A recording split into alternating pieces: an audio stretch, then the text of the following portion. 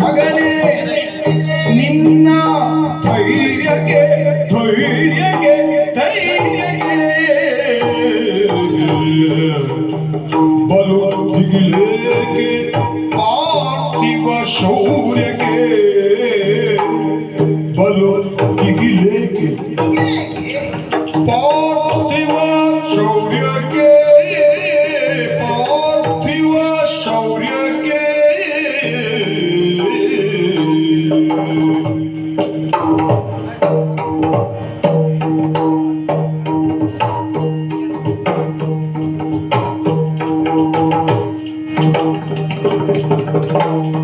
ಹಗರಣ ಕಂಜುತ ಕುಳಿತರೆ ಹಗರಣ ಕಂಜುತ ಕುಳಿತರೆ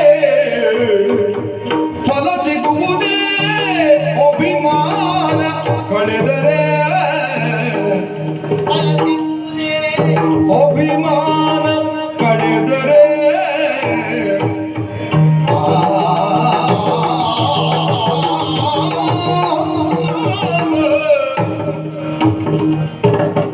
ಹಗರಣ ಕಂಜುತ ಕುಳಿತರೆ ಫಲ ಸಿಗುವುದೇ ಅಭಿಮಾನ ಕಳೆದರೆ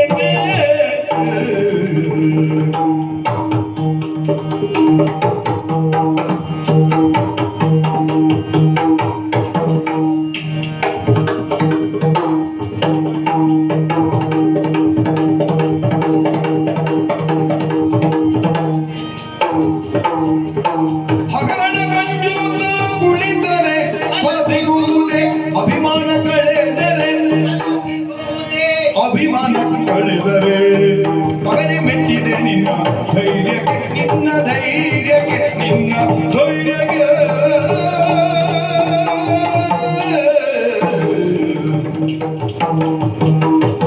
ಓ ಕಂದ ಪ್ರವೀಣ, ಹೃದಯ ತುಂಬೆ ಬಂತು ಮಗನೇ. ಅಬ್ಬಾ, ಮದನ ಮಂದಿಗೆ ನನ್ನಲ್ಲಿಗೆ ಬಂದಳು. ಹೌದಾ? ವಿಚಾರವನ್ನೇ ಹೇಳಿದಳು. ನೀನು ಹಾಗೂ ಅವಳು ತಿರುಗಾಟಿಗೆ ಹೋದದಂತೆ. ಹೌದು. ಆ ಬಳಿಕ ಉಪವನದಲ್ಲಿ ಕುದುರೆ ಒಂದನ್ನು ನೋಡಿದೆಯಂತೆ. ಅವಳು ಕಟ್ಟಬೇಕು ಅಂತ ಹೇಳಿದಂತೆ. ಹೌದು. ನೀನು ಆಗೋದಿಲ್ಲ ಅಂತ ಹೇಳಿದೆಯಂತೆ. ಆಗ ಅವಳು ಹಠ ಮಾಡಿದಳಂತೆ. ಒತ್ತಾಯದಿಂದ ಆಜ್ಞೆ ಮಾಡಿದಳಂತೆ ಕಟ್ಟಲೇಬೇಕು ಅಂತ. ಆಗ ನೀನು ಕಟ್ಟಿದೆಯಂತೆ. ಕಟ್ಟಿದ್ದೆ. ಶಬಾಸ್ ಮಗನೇ. ಹೆಂಡತಿ ಹೇಳಿದ ಮೇಲೆ ನೀನು ಕಟ್ಟಿದ್ದು ನೋಡು. ಹೌದು. ನೀನು ಅಪ್ಪನ ದಾರಿಯಲ್ಲಿ ನೀನು ಇದ್ದದ್ರಿಂದ ನಾನು ಆಡ್ತಾ ಇರು. ಯಾಕಂದ್ರೆ ಪರಂಪರೆ ಮುಂದುವರಿಬೇಕಾ ಬೇಡವಾ? ಈಗ ಅಪ್ಪ ನಡೆದ ದಾರಿಯಲ್ಲಿ ಮಕ್ಕಳು ತಡಿಬೇಕಾ ಬೇಡ? ಈಗ ಅವ ನನ್ನ ಮಗನು ಅದೇ ದಾರಿಯಲ್ಲಿ ಇದ್ದಾನೆ. ಮೂರಿನಂತೆ ಸೀರೆ, ತಾಯಿಯಂತೆ ಮಗಳು, ನಾಯಿಯಂತೆ. ಅದೇನೇ ಹೇಳ್ಬೇಕು. ನಿಮಗೆ ಅಂಥದ್ದೇ ಬೇಗ ತಲೆಗೆ ಹೋಗ್ಬಿಟ್ರೆ ಸರಳ ಉದಾಹರಣೆ ಕೊಡ್ಬೇಕೆ? ಬೇಡ ಅಂತ ನಾನು ಹೇಳಿದ್ದಲ್ಲ. ಅಲ್ಲ, ಅಪ್ಪಯ್ಯ ಹೇಳುವುದು ಹಾಗೆ. ಅದೆಲ್ಲ ನೀನು ಯಾರ್ಯಾರು ಆಗುತ್ತಾರ ಮೊದಲು ನನ್ನ ಮಗನಾಗು ಮಗನೇ. ಹೌದು. ಆ ಬಳಿಕ ಶೃಂಗರಿಸಲ್ಪಟ್ಟಂತ ಕುದುರೆ, ಬೇಕಾದಷ್ಟು ಚಿನ್ನಾಭರಣಗಳನ್ನೆಲ್ಲ ಹಾಕಿರುವಂತ ಒಂದು ಕುದುರೆ. ಹೌದಾ? ಮನೆಯಲ್ಲಿ ಹೆಚ್ಚಾದಕ್ಕೆ ಕುದುರೆಗೆ ಹಾಕುದ, ಅಥವಾ ನಮ್ಮ ಖಜಾನೆಯಲ್ಲಿ ಹೆಚ್ಚುಂಟು ಅನ್ನೋ ಕಾರಣಕ್ಕೋಸ್ಕರವಾಗಿ ಕುದುರೆಗೆ ಶೃಂಗಾರ ಮಾಡುವುದಾ? ನೀನೊಬ್ಬಳು ಪೆಟ್ಟಿಗೆಯಲ್ಲಿ ತುಂಬಿಡ್ತಿ ಅಂತ ಎಲ್ಲ ನಿನ್ನ ಹಾಗೆ ಇರ್ತಾರ. ನಾ ಪೆಟ್ಟಿಗೆಯಲ್ಲಿ ತುಂಬಿಡುವುದಲ್ಲ. ಮಗು, ನಿನ್ನ ಅಪ್ಪಯ್ಯ ಮದುವೆಯ ಕಾಲದಲ್ಲಿ ಒಂದು ಹೋಮದ ಮುಂದೆ ಕೂತದ್ದು ಬಿಟ್ರೆ ಬೇರೊಬ್ಬ ಅರಸನಾಗಿ ಮಾಡಬೇಕಾದಂತ ಒಂದು ದೊಡ್ಡ ಯಾಗ ಯಜ್ಞ ಯಾವುದೂ ಇವರು ಮಾಡಲಿಲ್ಲ. ಅಲ್ಲದೆ ಅರ್ಥ ಆಗುತ್ತದೆ, ಯಾಗಾಂಗವಾಗಿ ನಡೆಸಬಹುದಾದಂತ ಕುದುರೆಗೆ ಅಷ್ಟು ಹಾಕಲೇಬೇಕಾದದ್ದು ಯಜ್ಞದ ವಿಧಿ. ಶೃಂಗರಿಸಿರುವಂತ ಸ್ವರ್ಗವನ್ನೇ ಬಿಡಬೇಕಾದದ್ದು ಯಜ್ಞದ ವಿಧಿ. ಯಾಕಾಗಿ? ಬರೀ ಕುದುರೆಯಲ್ಲ, ಆ ಕುದುರೆಗಳಲ್ಲಿ ದೇವತೆಗಳು ವಾಸವಾಗಿರುತ್ತಾರೆ ಎನ್ನುವಂತ ನಂಬಿಕೆ. ಆದ್ರಿಂದ ಕುದುರೆ ತಾನಾಗಿ ಬರುವುದಲ್ಲ, ಏನು ಮೇಯುವುದಕ್ಕೆ ಹೊರಟ ಕುದುರೆ ಅಲ್ಲ ಅದು. ಎಲ್ಲಿ ಹಸುರಾದ ಹುಲ್ಲು ಕಾಣುತ್ತದೆ ತಾನಲ್ಲಿ ನುಗ್ಗುವ ಕುದುರೆ ಅಲ್ಲ. ದೇವತೆಗಳೇ ಆ ಯಜ್ಞಾಶ್ವವನ್ನು ಮುನ್ನಡೆಸುತ್ತಾರೆ ಎನ್ನುವಂಥದ್ದು ನಂಬಿಕೆ ಅಲ್ವಾ? ನೀವು ಹೇಳಿದ್ರೆ ನಿಮ್ಮ ಅಪ್ಪಯ್ಯನಂತ ಸತ್ಯಾಣ ಕಥೆ ಆದ್ರೆ ಮಾಡುವ, ಅದಕ್ಕೂ ಸಿದ್ಧ ಇಲ್ಲ ಬಿಡು. ಕುದುರೆ ಎಲ್ಲ ದೇವತೆಗಳು ಬಂದಿದ್ದು. ಹೌದು, ದೇವತೆಗಳೇ ಅಲ್ಲ ಅಂತ ಹೇಳ್ತೇನೆ. ಯಾಕಾಗಿ ಗೊತ್ತಾ? ನಮ್ಮ ಮಾಹಿಷ್ಮತಿಯನ್ನು ಪ್ರಕಾಶಿಸುವುದಕ್ಕೋಸ್ಕರವಾಗಿ ದೇವತೆಗಳೇ ಇತ್ತ ಕಡೆಗಾಗಿ ಕಳಿಸಿಕೊಟ್ಟಿದ್ದಾರೆ. ತಪ್ಪೆಂತದುಂಟು? ತಪ್ಪಿಲ್ಲ, ಕುದುರೆ ಬಂದದ್ರ ಬಗ್ಗೆ ಆಕ್ಷೇಪ ಇಲ್ಲ. ಈಗ ನಿಜವಾಗಿ ಆದ್ರು ಮಗ, ನೀನು ಅವಳ ಮನಸ್ಸಿಗೆ ಸಂತೋಷ ಆಗಬೇಕು ಅಂತ ಕುದುರೆ ಕಟ್ಟಿದ್ದಲ್ವಾ? ಹೌದು. ನನಗೆ ಹೆಮ್ಮೆ. ಯಾಕೆ ಗೊತ್ತಾ? ನಿನಗೆ ಮೊನ್ನೆ ಮದುವೆ ಮಾಡಿಸಿದ್ದು ಮದುವೆಯಾಗಿ ಎಷ್ಟು ಕಾಲ ಆಗಿದೆ ಅಂತ ಮುಖ್ಯ ಅಲ್ಲ ಮಗ. ಆಹಾ. ಹೆಂಡತಿಗೆ ಗಂಡನಾಗಿ ಎಷ್ಟು ಕಾಲ ಆಗಿದೆ ಅಂತ ಮುಖ್ಯ. ಅದು ನೀ ಮಾಡಿದೆ ಮಗ. ಅದು ನೀ ಮಾಡಿ. ಹೌದಪ್ಪ, ನಮಗೆಲ್ಲ ಸ್ಪಂದಿಸುವವರು ಎಂದಿಲ್ಲ ಆ ಕಾಲದಲ್ಲಿ ಏನ್ ಮಾಡೋದು? ಅಲ್ಲಿ ಎಂತ ಸ್ಪಂದಿಸಬೇಕಾಗಿತ್ತಪ್ಪ ನಿಮಗೆ? ಆ. 2 ಹೆತ್ತು ಕೊಟ್ಟಿದ್ದೇನೆ, ಇನ್ನೆಂತ ಸ್ಪಂದಿಸಬೇಕಲ್ಲ ಮಗು. 2 ದಿನ ಬೇಕಾಗಿತ್ತಲ್ಲ. ಅಲ್ಲ ನಮಗೆಲ್ಲ ನಮಗೆ ಬೇಕಾಗಿತ್ತು. ಮಗು ಏನು ತೊಂದರೆ ಇಲ್ಲ. ಶರೀರಕ್ಕೆ ಸಂಬಂಧಪಟ್ಟದ್ದು ಶೌರ್ಯ, ಬುದ್ಧಿಗೆ ಸಂಬಂಧಪಟ್ಟದ್ದು ಧೈರ್ಯ. ಮೊದಲು ಧೈರ್ಯ ಮಾಡಬೇಕು, ಆ ಬಳಿಕ ಶೌರ್ಯದಿಂದ ನಾವು ಕಾದಾಡಬೇಕು. ಒಂದೊಮ್ಮೆಗೆ ಹೋರಾಟ ಮಾಡಿದರೆ ಸೋಲೋ ಗೆಲುವು, ಜಯವೋ ಅಪಜಯವೋ ಎನ್ನುವ ಹಾಗೆ ಮೊದಲೇ ಹೆದರಿಕೆಯಿಂದ ಸುಮ್ಮನೆ ಕೈ ಕಟ್ಟಿ ಕುಳಿತೇವೆ ಅಂತ ಆದ್ರೆ ಹಗರಣ ಕಂಜುತ್ತ ಕುಳಿತಾರೆ. ಹೌದಾ?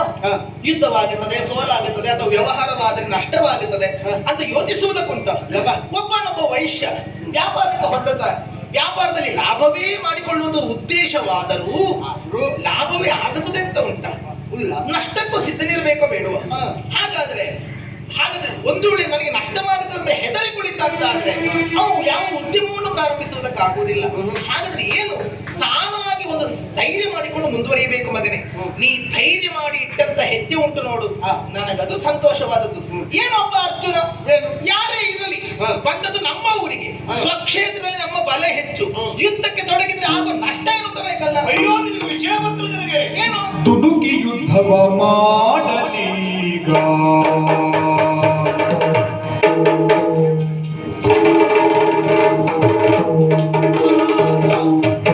ದುಡುಕಿ ಯುದ್ಧವ ಮಾಡಲೀಗ, ದುಡುಕಿ ಯುದ್ಧವ ಮಾಡಲೀಗ, ನಮ್ಮ ಪಡೆಗಿದೆ ಹಾನಿಯ ಯೋಗ, ನಮ್ಮ ಪಡೆಗಿದೆ ಹಾನಿಯ ಯೋಗ,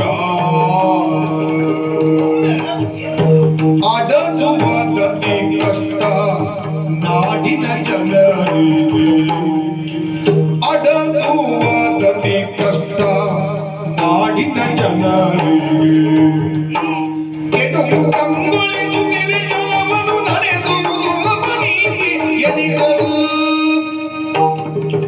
ಕೆಡುಕು ಕಂಗೊಳಿಸುತ್ತಿದೆ ಜಲವನ್ನು ನಡೆಸುವುದು ನೀತಿ ಎನಿಸದು, ದುಡುಕಿ ಯುದ್ಧವ ಮಾಡಲೀಗ, ನಮ್ಮ ಪಡೆಗಿದೆ ಹಾನಿಯ ಯೋಗ, ದುಡುಕಿ ಯುದ್ಧವ ಮಾಡಲೀಗ.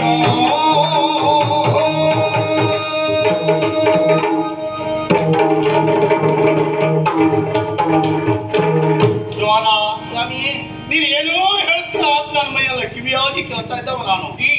ಆದ್ರೆ ಮಗನಿಗೆ ನೀನು ಪಾಠ ಮಾಡದೇ ಇದ್ದಾನೆ ಈಗ. ಅಲ್ಲೊಂದು ಪ್ರೇರಣೆ, ಪ್ರೋತ್ಸಾಹ. ಮನೆಯ ಮೊದಲ ಪಾಠಶಾಲೆ, ಜನನೇ ತಾನೇ ಮೊದಲ ಗುರು. ಹೌದಪ್ಪ. ತಾಯಿಂದಿರಂತ ಹೇಳಿ ಮೊದಲ ಗುರು ಸ್ಥಾನದಲ್ಲಿ ಇರಬೇಕಾದವಳು. ಈಗ ಮಕ್ಕಳಿಗೆ ಸದಾ ಉತ್ಸಾಹವನ್ನು ತುಂಬಬೇಕಾ, ಅಥವಾ ಮಕ್ಕಳ ಉತ್ಸಾಹವನ್ನಕ್ಕೆ ತಣ್ಣೀರೇ? ಹೌದೇ? ಮತ್ತೆ ಮಗ ಅಷ್ಟು ಧೈರ್ಯದಲ್ಲಿ ಹೋರಾಟಕ್ಕೆ ನೀವು ಮುಂದಾಗಿದ್ದಾರೆ. ಗೋಣಿನ ತ್ರಾಣವನ್ನು ತಿಳಿದು ನಾವು ಅವರ ಮೂಟೆನ ಹೊರಿಸಬೇಕು, ಅದು ಗೊತ್ತುಂಟು ನಿನಗೆ? ಅದು ಖಂಡಿತವೇ. ಈಗ ಅಂತಹ ದೊಡ್ಡ ಭಾರ ಏನು? ಅಯ್ಯೋ, ಏನು ಭಾರ ಏನಿಲ್ಲ ಕೇಳ್ತೇನೆ. ತುಳುಕಿ ಹೌದಾ? ನಿರ್ಣಯ ಮಾಡಿದ ಹೌದು ಅಂತ ಆದ್ರೆ ಹೌದು. ಆಗುವ ಪರಿಣಾಮ ಏನಂತ ಯೋಚನೆ ಮಾಡ್ಕೊಳ್ಬೇಕು ನಾವೀಗ. ಈಗ ಏನಪ್ಪ, ಕುದುರೆಯನ್ನು ಕಟ್ಟಿದ ಪರಿಣಾಮ ಒಂದು ಯುದ್ಧ. ಒಂದು ಯುದ್ಧ ಮಕ್ಕಳಾಟಕ್ಕಿಂತ ಮಾಡಿದ್ದೆ ಮಕ್ಕಳ ಚದುರಂಗದ ಆಟ ಆಡಲಿ ಅಂತ ಹೇಳ್ಕೊಂಡಿದ್ದೆ. ಅದಲ್ಲವೇ ಇಲ್ಲ, ಚದುರಂಗದಾಟವು ಸುಲಭವೇನೂ ಅಲ್ಲ. ಹಾ. ಈಗ ಅದಕ್ಕಿಂತಲೂ ಯುದ್ಧ ಅಂತ ಹೇಳಿದ್ರೆ ಕ್ಷತ್ರಿಯರಾದವರು ಹೆಮ್ಮೆಯಿಂದ ಸ್ವಾಗತಿಸಬೇಕಾಗಬೇಕು. ಯಾರಲ್ಲಿ ಯುದ್ಧ ಅಂತ ಬೇಡ? ಒಬ್ಬ ಕುಂತಿ ಹೆತ್ತ ಮಗ ಅರ್ಜುನನಲ್ಲಿ. ಅಯ್ಯೋ, ಕತ್ತು ಲಘು ಅದು ಕುಂತಿ ಹೆತ್ತ ಮಗ ಅರ್ಜುನ. ಅದರಲ್ಲಿ ನಮ್ಮ ಹುಡುಗ ಅವ ಸ್ವಲ್ಪ ಮುದುಕಾಗಿದ್ದಾನೆ. ಹುಡುಗಿಯ ಮನೆ ಒಳಗಿರುವಂತಹ ಹೆಣ್ಣುವರುಗಳ ಕೈಯಲ್ಲಿ ಸೌಟ್ ಇಟ್ಕೊಂಡಿದ್ದಾಗ ಅರ್ಜುನ ಎನ್ನುವಂತ ಹೆಸರು ಕೇಳಿದಾಗ ಸೌಟ್ ಅಲ್ಲೇ ಬಿಸಾಡ್ತಾಳೆ, ತಲೆ ಸುತ್ತು ಬರ್ತದೆ ಅಂತ ಅವಳು. ಅಲ್ಲ, ಸಹಜವಾಗಿ ಅಂದ್ರೆ ಅರ್ಥ ಪರಾಕ್ರಮಿ ಎನ್ನುವುದು ಲೋಕ ವಿಶ್ರುತ ಅಲ್ಲ. ಈಗ ಸಾಮಾನ್ಯರಿಗೆ ಹಾಗಾಗಬಹುದು. ನನಗೆ ಗೊತ್ತಿದ್ದದ್ರಿಂದಲೇ ನಾನು ಅರ್ಜುನನ ಅಂತ ಹೇಳುವಾಗ ಹೆದರುವುದಿಲ್ಲ. ನೀನು ನೋಡು, ನೀವು ತಿಳಿದ ಕಡಿಮೆ ಆಯ್ತವ ನಾನು. ಏನಪ್ಪ ಹೆಚ್ಚುಗಾರಿಕೆ? ಹೆಚ್ಚುಗಾರಿಕೆ ಇರುವಂತ ಬಾಲ್ಯದಲ್ಲಿ ಮಾಡಿದಂತ ಒಂದು ಕಾರ್ಯ ನಿನಗೆ ಹೇಳ ನಾನು. ಏನಪ್ಪ ಅಂತದ್ದು ಮಾಡಿದ್ದಾನೆ? ಚಿಕ್ಕವನಾಗಿರುವಂತಹ ಸಂದರ್ಭ, ತಾಯಿಯಾದಂತಹ ಕುಂತಿ ದೇವಿ ಕಾರಣಾಂತರದಂತೆ ಗಜಗೌರಿ ವ್ರತಕ್ಕೆ ತನಗೆ ಆಹ್ವಾನ ಕೊಟ್ಟಿಲ್ಲ ಗಾಂಧಾರಿ ಎನ್ನುವ ಕಾರಣಕ್ಕಾಗಿ ಮುಸುಕಿಟ್ಟು ಮಲಗಿದಾಗ ಈ ಮಕ್ಕಳು ಇವರು ಆಟ ಆಡ್ಲಿಕ್ಕೆ ಹೋದವರು ಬಂದ್ರಂತೆ. ಬಂದ್ರು ಏನಾಯ್ತಮ್ಮ ಅಂತ ಕೇಳಿದಾಗ ವಿಷಯವನ್ನೆಲ್ಲ ಹೇಳಿದಳು ಕುಂತಿ. ಆವಾಗ ಭೀಮಣ್ಣ ಇದ್ದಾರಲ್ಲ, ಭೀಮಣ್ಣ, ಭೀಮಸೇನ, ನಮ್ದು ಅವ್ರ ಅಭಿಮಾನ ಜಾಸ್ತಿ. ಆಯ್ತು. ಅದಕ್ಕಾಗಿ ಭೀಮಣ್ಣ ಧರ್ಮಣ್ಣ ಹೇಳುವುದು ನಾವು. ನಮ್ಮ ಭೀಮಣ್ಣ, ಅಮ್ಮ ಹೆದರಬೇಡ, 100 ಮಂದಿ ಕೌರವರು ಸೇರಿ ಒಂದಾನೆಯಾಗುವಷ್ಟು ಮಣ್ಣನ್ನು ತಂದು ಗಜಗೌರಿ ವ್ರತ ಮಾಡಿದ ದೊಡ್ಡ ಹೌದಾ ನಾನು ಒಬ್ಬನೇ ಹೋಗ್ತೇನೆ 100 ಆನೆಯಾಗುವಷ್ಟು ಮಣ್ಣು ತರ್ತೇನೆ 100 ಆನೆ ಸಿದ್ಧಪಡಿಸುವ ಗಜಗೌರಿ ವ್ರತ ನೀನು ಮಾಡಬಹುದು. ಸರಿ, ಒಂದು ಪೌರುಷದ ಮಾತುಗಳನ್ನು ಆಡಿದ. ಸರಿ, ಸಣ್ಣ ವಯಸ್ಸಲ್ಲಿದ್ದ ಪಾಂಡವರಿಗೆ ಅಷ್ಟು ಪೌರುಷ ಉಂಟಂತೆ. ಸಣ್ಣ ವಯಸ್ಸಿನಿಂದ ಈ ಹುಡುಗನಿಗೆ ಪೌರುಷ ಇದ್ರೆ ತಪ್ಪಿರ್ತದೆ. ಹಾಗಾದ್ರೆ ಬರೋದಿಲ್ಲ ಅದು. ಮತ್ತೆ ಎಂತದ್ದು? ಮಾಡಿದ್ದು ಬಾಯಲ್ಲಿ ಮಾತ್ರ ಹೇಳುದಲ್ಲ, ಮತ್ತೆ ಮಾಡಿದ್ದು ಅದಕ್ಕೂ ಸಿದ್ಧ ಇದ್ದ. ಸಿದ್ಧನಿದ್ದೇನೆ ಅಂತ ಹೇಳಿದ. ಅಲ್ಲಿಗೆ ಅವ್ರಿಗೆ ಅದು ಮಾಡ್ಲಿಕ್ಕೆ ಬಿಡ್ಲಿಲ್ಲ. ಪ್ರಶ್ನೆ ಬೇರೆ. ಈಚೆಯಿಂದ ಇವ ಬಂದ, ಯಾರು ನನ್ನ ಅಭಿಮಾನಿ ದೇವತೆ ಆದಂತ ಪಾರ್ಥ. ನಿಮ್ಮ ಅಭಿಮಾನಿ? ನಾನು ಅವನ ಅಭಿಮಾನಿ. ಹಾಗೆ ನಿಮ್ಮ ದೇವತೆ. ಸರಿ, ನಿಮ್ಮ ದೇವ. ಅವ ಬಂದ, ಅಮ್ಮ ಹೆದರಬೇಡ ಬೆದರಬೇಡ, ಮುಸುಕಿನೊಂದಿಗೆ ಎದ್ದು ಕುಳಿತುಕೋ. ನಾನು ಈ ಮಾನವ ಲೋಕದ ಯಾವ ಆನೆಯನ್ನು ತರಿಸುವುದಿಲ್ಲ, ದೇವಲೋಕದಲ್ಲಿರುವಂತಹ ಬಿಳಿಯ ಆನೆ ಐರಾವತವನ್ನು ತರಿಸ್ತೇನೆ. ತಾಯಿ ಕೇಳೈ ರಾಯ ಕೌರವ ಮಾಡಿದ ಗಜನೋಹಿಯ. ಅದನ್ನು ಪದ್ಯ ಗೊತ್ತುಂಟೆ ನಿಮಗೆ ಅಷ್ಟು ಗೊತ್ತಿಲ್ಲ. ನಮ್ಗೆ ಅರ್ಥ ಮಾತ್ರ ಗೊತ್ತು. ಅದಕ್ಕಾಗಿ ಪದ್ಯ ಅಂತ ಎರಡೂ ಗೊತ್ತಿದ್ದಕ್ಕೆ ಅತಿರೇಕ ಆಗ್ತದೆ ಕೆಲವು ಅಷ್ಟು ಹೇಳಿದ್ದ ಕುಂತಿ ಎದ್ದು ಕೊಡ್ತಳು. ಆವಾಗ ಧೈರ್ಯ ಹೇಳಿದ್ರೆ ಸಾಕಾಗ್ತದ? ಹೇಳಿದ ಬಳಿಕ ಮಾಡಬೇಕು ಬೇಡವಾ? ಆವಾಗ ಬರದ ಲೇಖನ ಮುಂಚಿಗೆ ಅರ್ಥ ಆಗುದಿಲ್ಲ, ಹಾಗೆ ಬರೆದಿದ್ದಾನೆ. ಯಾಕಂದ್ರೆ ದೇವತೆಗಳಿಗೆ ಬರೆಯುವ ದೇವ ಭಾಷೆಯಲ್ಲಿ ಬರೆದದ್ದು. ಬರೆದಲ್ಲಿ ಮುಟ್ಟಿಸಬೇಕಲ್ಲ, ಹೇಗೆ ಬಾಣದ ತುದಿಗೆ ಬಿಗಿದ. ಆವಾಗ ಧನಸ್ಸಿಗೆ ಬಾಣನು ಹೂಡಿದ, ಕರುಣಾಂತರಕ್ಕೆ ಎಳೆದ ಪಿಟಾ ಬಾಣ. ಅದು ಹೇಗೆ ಹೋಯ್ತು ಮೇಲೆ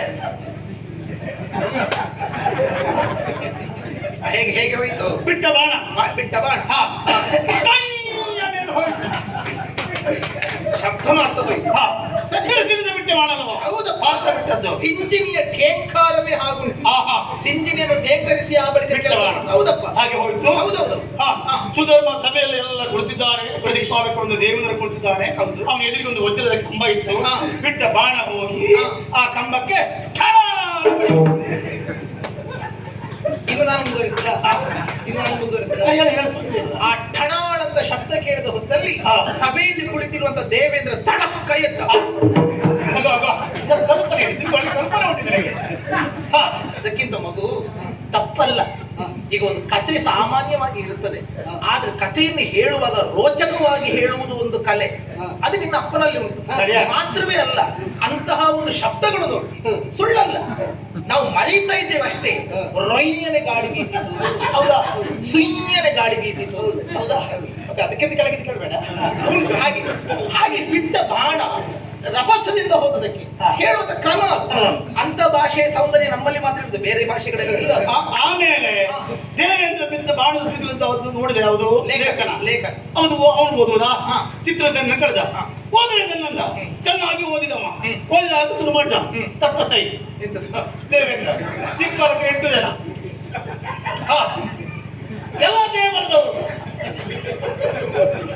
ಕೂಡ ಅಲ್ಲ. ದೇವೇಂದ್ರ ಬರದವರು ನಾವಿದ್ದೇವೆ, ಹೆದರಬೇಡ, ಕೊಡಬಾರದು, ಕೊಡಬಾರದು. ಅದುಂಟು, ಯಾವುದಿಲ್ಲ ಅಂದ್ರೆ ಅದೊಂದುಂಟು. ಅದಕ್ಕೆ ಹೆಚ್ಚಿನ ಪ್ರಾಶಸ್ತ್ಯ ಕೊಡು. ಆಯ್ತಪ್ಪ. ದೇವತೆಗಳೆಲ್ಲರೂ ಸೇರಿದ ದೇವ ಸಭೆ, ದಿಕ್ಪಾಲಕಾದಿಗಳೆಲ್ಲರೂ ಸಿಟ್ಟ. ಹೆದರಬೇಡ, ನಾವಿದ್ದೇವೆ, ಕೊಡಬೇಡ. ಹೌದಾ? ಆವಾಗ ನಾರದರಲ್ಲಿ ಬಂದ್ರು. ಏನು ಈ ರೀತಿ ಹುಡುಗಾಟಿಕೆ ಮಾಡ್ತಾ ಇದ್ದೀರಾ ನೀವು? ನೀವು ಹೀಗೆ ಕುದುರೆಯನ್ನು ಮತ್ತೆ ಕಾಮಧೇನುವನ್ನು ಕೊಡಲಿಲ್ಲ ಅಂತ ಆದ್ರೆ ಹುಡುಗ ಸುಮ್ಮನೆ ಇವನಲ್ಲ ಅವ ಇಲ್ಲಿ ಬಂದ್ರು ಬರಬಹುದು. ನಿಮ್ಗೆ ಆಪತ್ತುಂಟು ಅಂತ ಹೇಳಿದ್ರು. ಆವಾಗ ಸ್ವಲ್ಪ ತಣ್ಣಗ ದೇವೇಂದ್ರ ಅವಾಗ ಅದೊಂದು ಆಲೋಚನೆ ಮಾಡಿದ.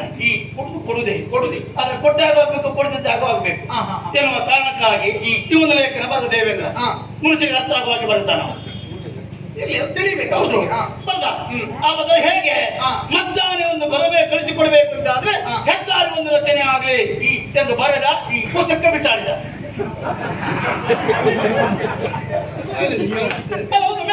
ಮೇಲಿದ್ದಲ್ವಾ, ಕೆಳಗಿಂದ ಮೇಲೆ ಹೋಗುವುದು ಕಷ್ಟ. ಮೇಲಿದ್ದ ಕೆಳಗೆ ಪುಸ್ತಕ ಬಿಸಾಡಿದ.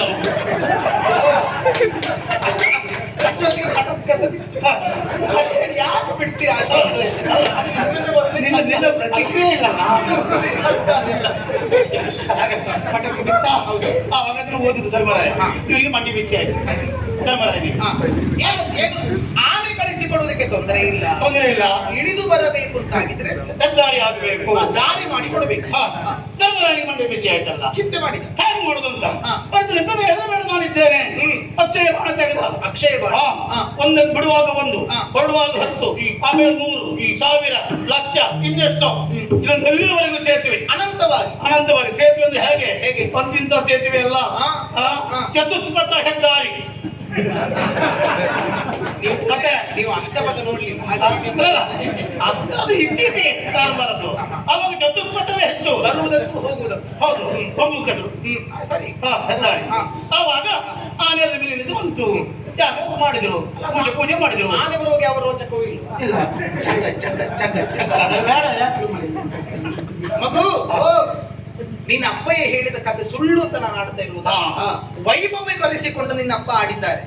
ದೇವೇಂದ್ರನ ಐರಾವತವನ್ನು ಅರ್ಜುನ ಇಳಿಸಿದ್ದಾನೆ ಅಲ್ವಾ? ಹೌದು. ಆದ್ರೆ ಯೋಚನೆ ಮಾಡು, ಈಗ ಕಥೆಯ ಗಜರೋಹಿ ಪ್ರಸಂಗವೇ ಆಗ್ಲಿಲ್ಲ ಅಂತ ನಾನು ಆಡ್ತಾ ಇರುವುದಲ್ಲ.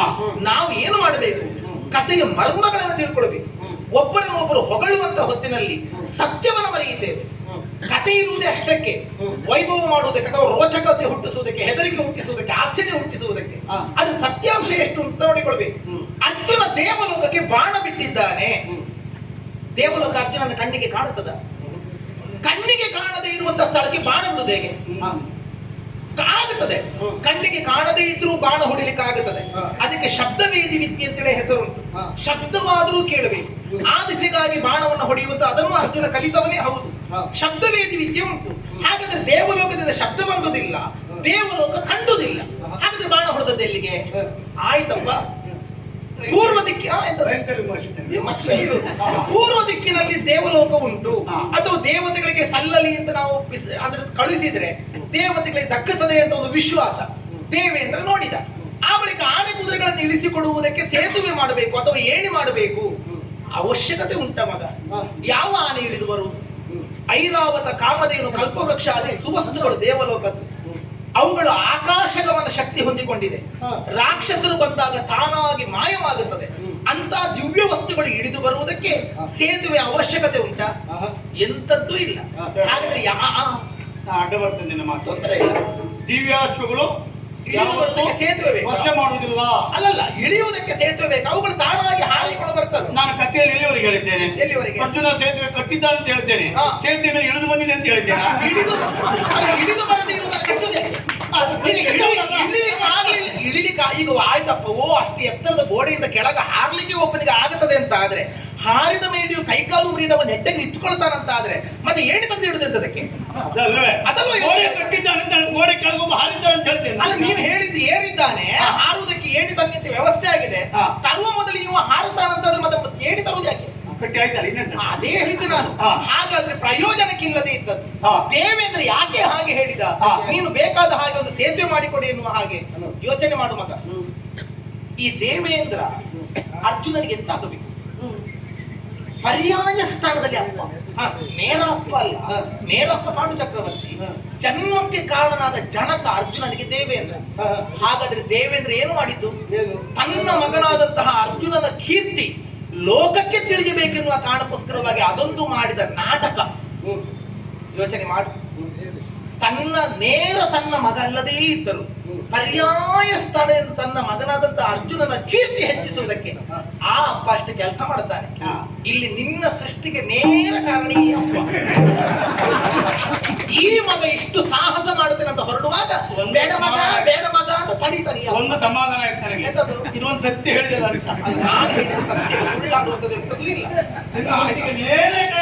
ಅಲ್ಲ, ಅದೇ ಹೇಳಿದ್ದು. ಯುವರಾಜ, ನೀವು ಮಹಾರಾಜ ಹೌದಾ? ಅಂತಿರುವಾಗಲೂ ನೀವು ಆ ರೀತಿ ಮಾಡುವುದೆಂತದಕ್ಕೆ? ಆಯ್ತು ಬಿಡು, ಅದನ್ನು ನೀನು ಹಾರಿಸಿ ಬಿಟ್ಟೆ ಕಟ್ಟೆ ಇರ್ಲಿ, ಅದನ್ನು ಬಿಡೋಣ. ಸ್ವಲ್ಪ ದೊಡ್ಡದಾದ ಮೇಲೆ ಮತ್ತೊಂದು ಸಾಧನೆ ಮಾಡಿ ಗೊತ್ತುಂಟು ನಿನಗೆ. ಏನು ಸಾಧನೆ? ಅದನ್ನು ಕೇಳಿದ್ರೆ ನೀನು ನಿಲ್ಲುವುದನ್ನು ಹುಟ್ಟಿ ಕೊಡ್ತದೆ ನಿನಗೆ. ಪಾಂಡವರು ವನವಾಸ ಗಮನ ಮಾಡಿದ್ರು, ಬಿಟ್ಟುಕೊಡ್ಲಿಕ್ಕಿಲ್ಲ.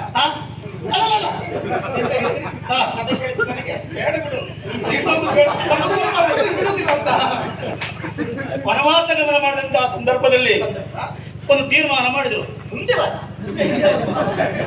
ಮಂತ್ರಾಸ್ತ್ರಗಳ ಸಂಗ್ರಹ ಪಡಿಬೇಕು ಅನ್ನೋ ಕಾರಣಕ್ಕಾಗಿ ಯಾರನ್ನಾರು ಒಬ್ಬನ ಆಯ್ಕೆ ಮಾಡಬೇಕು ಎಂದು ತೀರ್ಮಾನ ಮಾಡಿದಾಗ ಸರ್ವಾನುಮತದಿಂದ ಆಯ್ಕೆ ಮಾಡಿದ್ದು ಅರ್ಜುನನನ್ನು ಮಾತ್ರ. ತಪಸ್ಸಿಗೆ ಕಳಿಸಬೇಕೆಂಬುದಾಗಿ ನೇರವಾಗಿ ಹೋದ. ಇಂದ್ರಕೀಲ ಕಾಲದಲ್ಲಿ ಕುರಿತು ತಪಸ್ ಮಾಡಲಿಕ್ಕೆ ಪ್ರಾರಂಭ ಮಾಡಿದ. ಘೋರವಾದಂತಹ ತಪಸ್ಸು. ಹೌದು. ಮೈ ಮೇಲಿನ ಅವನಿಗೆ ಅರಿವೇ ಇಲ್ಲ. ಇಲ್ಲ. ತಪಸ್ಸು ಮಾಡ್ತಿರುವ ಸಂದರ್ಭ ಈ ಪರಮೇಶ್ವರ ಆಕಾಶ ಮಾರ್ಗವಾಗಿ ಹೋಗ್ತಾ ಇದ್ದ. ಒಬ್ಬನೇ ಹೋಗ್ತಿದ್ರೆ ಸಮಸ್ಯೆ ಆಗ್ತಿರ್ಲಿಲ್ಲ.